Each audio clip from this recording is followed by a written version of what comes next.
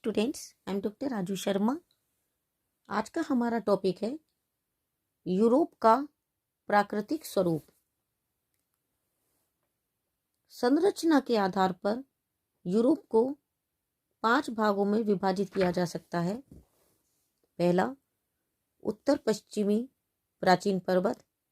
दूसरा, रूसी प्लेटफॉर्म। तीसरा, मध्य की निम्न भूमि। चौथा, मध्य का प्राचीन पठार। पांचवा, नवीन अल्पाइन श्रेणियां। तो पहला है उत्तर पश्चिमी प्राचीन पर्वत। इसका विस्तार अटलांटिक महासागर के उत्तर पूर्व में है। फ्रांस के पश्चिम में स्थित ब्रिटेन से लेकर कॉर्नवाल, वेल्स, कम्बरलैंड व आयरलैंड इसमें सम्मिलित हैं।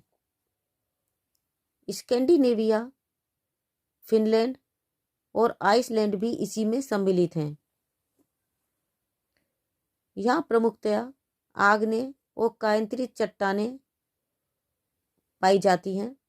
इन पर्वतों का निर्माण सिल्यूरियन युग में हुआ। यहाँ का धरातल हिमानियों के प्रभाव से अपरदित हो गया है। दूसरा है रूसी प्लेटफॉर्म। पैलियोजोइक से टर्शरी युग तक के पदार्थों से इस क्षेत्र का निर्माण हुआ है, जो सामान्यतया भूगर्भिक हलचलों से अप्रभावित रहा है। चतुर्थ हिमयुग में इस प्लेटफॉर्म पर हिमाच्छादन रहा, जिसके प्रमाण यहाँ स्थित मोरेन पहाड़ियां और घाटियों में हैं, जो हिमानियों का ही प्रतिफल हैं। इस प्लेटफॉर्म के पश्चिम में वलित यूराल पर्वत है, जिसका निर्माण पैलियोजोइक युग में हुआ था। तीसरा है मध्य की निम्न भूमि। यह समतल मैदानी भाग है, जो पिरेनीज के उत्तर में और फ्रांस, बेल्जियम और दक्षिण पूर्वी इंग्लैंड, हॉलैंड, डेनमार्क, जर्मनी और पोलैंड होता हुआ रूसी प्लेटफॉर्म तक विस्तृत है।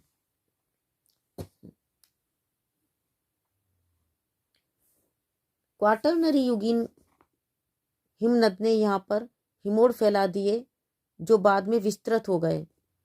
जमाव के आधार पर इस मैदान के 5 भाग हैं। गैरोन बेसिन, जो पिरेनी के निकट है। इसके मध्य में सिबेनीच की पहाड़ियां हैं। दूसरा, लोयस क्षेत्र, जो यूरोप के दक्षिण पूर्व में विस्तृत गहरे कत्थई रंग की मृदा से बना हुआ उपजाऊ भाग है। तीसरा, मोरेन भूमि, जो बाल्टिक तट और डेविस द्वीप पर है। चौथा,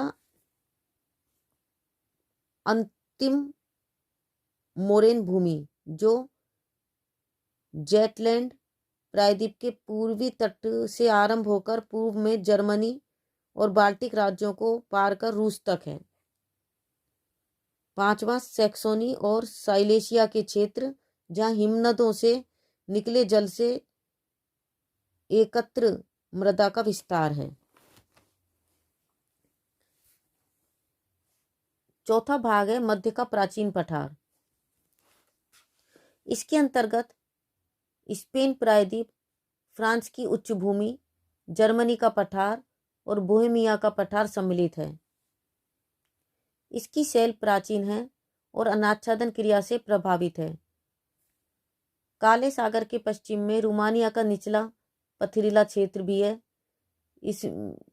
जिसे डोबरूजा का पठार कहते हैं। पांचवा भाग है नवीन अल्पाइन श्रेणियां। इन पर्वत श्रेणियों में पिरेनीज, आल्पस, कार्पेथियन, काकेशस आदि पर्वत श्रेणियां सम्मिलित हैं। ये वलित पर्वत श्रेणियां हैं।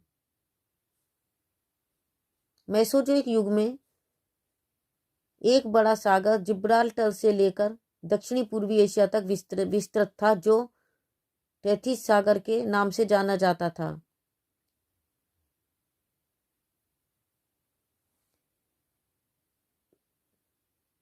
इस क्षेत्र की भूद्रोणी पर दबाव पड़ने से विस्तृत पर्वत श्रेणियों का निर्माण हुआ। यूरोप की अल्पाइन श्रेणियां भी इसी का परिणाम है। इनमें आल्प्स पर्वत श्रेणी सर्वाधिक महत्वपूर्ण है एवं विस्तृत है। आल्प्स की श्रेणियों में फ्रेंच आल्प्स, जूरा पर्वत, उच्च कैलकेरियस आल्प्स, पिनाइन आल्प्स और पूर्वी आल्प्स सम्मिलित हैं। यदि अपवाह तंत्र की दृष्टि से देखा जाए तो यूरोप की अधिकांश नदियों का उद्गम आल्प्स पर्वत है। यहाँ की मुख्य नदियों में राइन, रोन, सीन, ओडर, डेन्यूब, एल्ब एवं विस्चुला हैं। पूर्वी यूरोप में वोल्गा, नीपर, डोनेटज प्रमुख हैं। डेन्यूब नदी यूरोप की सबसे बड़ी नदी है, जो जर्मनी के ब्लैक फॉरेस्ट पर्वत के पूर्वी ढालों से निकलती है। यह नदी उत्तर पूर्व की ओर रेगन्सबर्ग नगर तक बहने के बाद दक्षिण पूर्व की ओर मुड़ जाती है।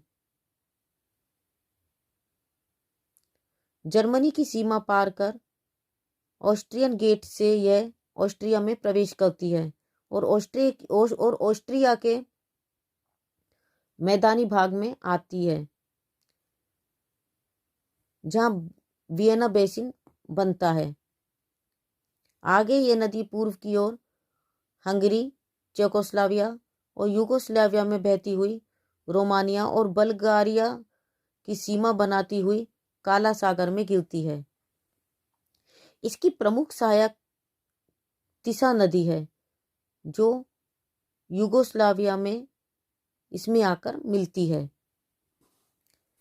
राइन नदी यूरोप की दूसरी प्रमुख नदी है, जो स्विट्जरलैंड और जर्मनी की सीमा पर स्थित कांटिन्स झील से निकलती है।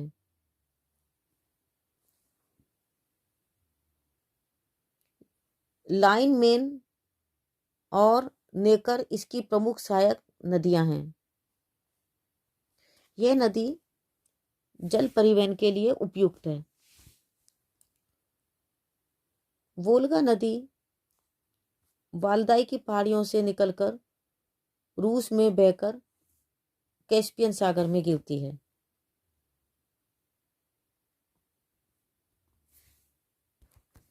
यूरोप की जलवायु सामान्यतः शीतोष्ण है।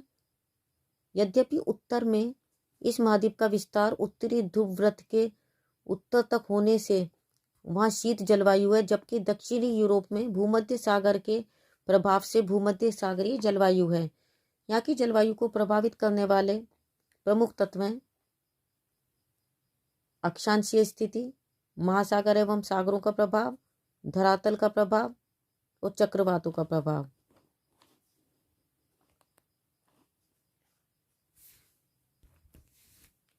पश्चिमी पवनें जो अटलांटिक सागर से होकर आती हैं, पश्चिमी यूरोप की जलवायु को अत्यंत प्रभावित करती हैं। पूर्वी यूरोप के समुद्री प्रभाव से दूर होने के कारण जलवायु कड़ी होती है। पर्वतों के दृष्टिकोण से आल्प्स के उत्तर में महासागरीय जलवायु है, तो पर्वत पार करते ही दक्षिण में भूमध्य सागरीय जलवायु मिलती है। पश्चिमी यूरोप के सभी देशों में उत्तर पश्चिम यूरोप तुल्य जलवायु की दशाएं मिलती हैं। शीत ऋतु में आइसलैंड के निकट निम्न दाब क्षेत्र स्थापित हो जाता है। इन दिनों पछुआ पवनें बड़ी तीव्र गति से बहती हैं। इन दिनों भयंकर तूफान आया करते हैं। दिसंबर और फरवरी में तूफान अधिक आते हैं। इन दिनों तापमान चक्रवातों के प्रभाव से बहुत अधिक प्रभावित होता है। भूमध्य सागरीय तटीय प्रदेशों में शीतकाल में वर्षा होती है। ये प्रदेश गर्मी में सूख जाते हैं। सामान्यतया यूरोप की जलवायु में तापमान की समरूपता, चक्रवातों का प्रभाव और वर्ष भर वर्षा का होना प्रमुख है। यूरोप महाद्वीप के पश्चिमी भाग से ज्यों-ज्यों पूर्व की ओर तथा दक्षिण से उत्तर की ओर जाते हैं, शीतकाल में निरंतर तापमान कम होता जाता है। तापमान उत्तर से दक्षिण में अधिक होता जाता है। यह स्थिति जुलाई की होती है।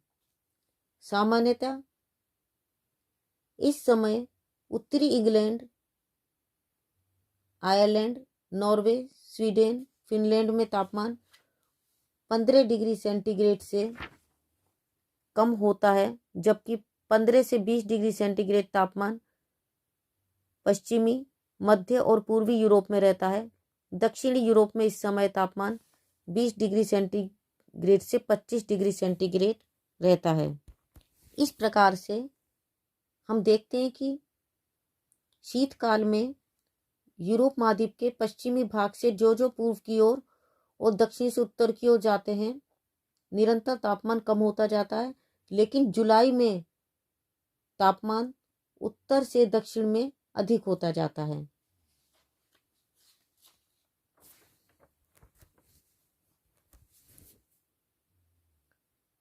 वर्षा के वितरण के अनुसार यूरोप को 4 भागों में विभक्त किया जा सकता है। उत्तर पश्चिमी यूरोप में वर्षा, मध्य यूरोप में वर्षा, पूर्वी यूरोप में वर्षा, भूमध्य सागरीय यूरोप की वर्षा। तो उत्तर पश्चिमी यूरोप में वर्षा जो होती है, इस भाग में वर्ष भर वर्षा होती है, परंतु वर्षा की मात्रा शीत ऋतु में अधिक होती है। दूसरा है मध्य यूरोप। इस भाग में वर्षा मानसून पवनों से ही होती है। यहाँ वर्षा का वितरण प्राय सब जगह समान होता है। गर्मियों में वर्षा अन्य ऋतुओं की अपेक्षा अधिक होती है। नेक्स्ट है पूर्वी यूरोप की वर्षा। इस भाग में यूरोपीय रूस को सम्मिलित किया जाता है। इस भाग में वर्षा का औसत 50 से 62 सेंटीमीटर तक होता है। वर्षा की मात्रा का जोर पश्चिम से पूर्व की ओर घटता जाता है। ग्रीष्म ऋतु में वर्षा अन्य ऋतुओं की अपेक्षा कहीं अधिक होती है। नेक्स्ट है भूमध्य सागरीय यूरोप की वर्षा। इस भाग में भूमध्य सागर के चारों तरफ स्थित देशों को सम्मिलित किया जाता है। इन देशों में वर्षा का वितरण समान नहीं मिलता। इस भाग में अधिकांश वर्षा जाड़ों में होती है। तो बच्चों, आज के लिए बस इतना ही। Thank you.